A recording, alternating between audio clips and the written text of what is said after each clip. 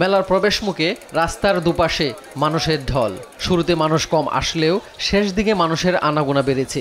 প্রথম দিকে কেবল দর্শনার্থী থাকলেও এখন ক্রেতারাও আসছেন। এদিকে সাপ্তাহিক বন্ধ হওয়ায় চাকরিজীবী থেকে শুরু করে শিক্ষার্থী, পেশাজীবী সহ সব শ্রেণী পেশার মানুষ মেলায় এসেছেন পরিবারের সঙ্গে কেনাকাটা করতে। রাজধানীর বিভিন্ন জায়গা থেকে আসা দর্শনার্থীরা উচ্ছ্বাসিত।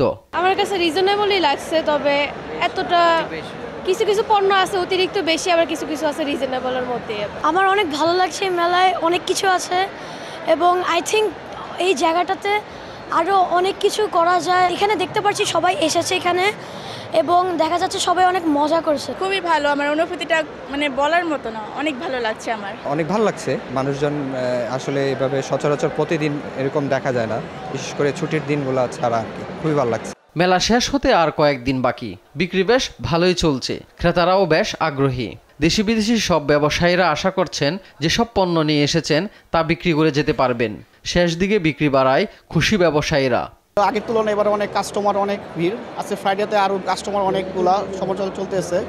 আমরা ইনশাল্লাহ এবার একটু বিক্রি কিনি ভালো চলতেছে। নতুন নতুন তো অনেক কালেকশন আসছে, তো সবাই এসে দেখে যাবেন, যার যেটা ভালো হয় কেনাকাটা করতে পারবেন। This time is a very rush here and about the sale is very good about this product. यहाँ पे कस्टमर जो होता है ना, अच्छा है, दिल बड़ा है।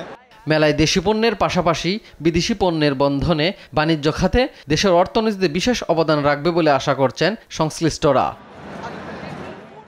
AH হিমেল, দেশ টিভি, ঢাকা।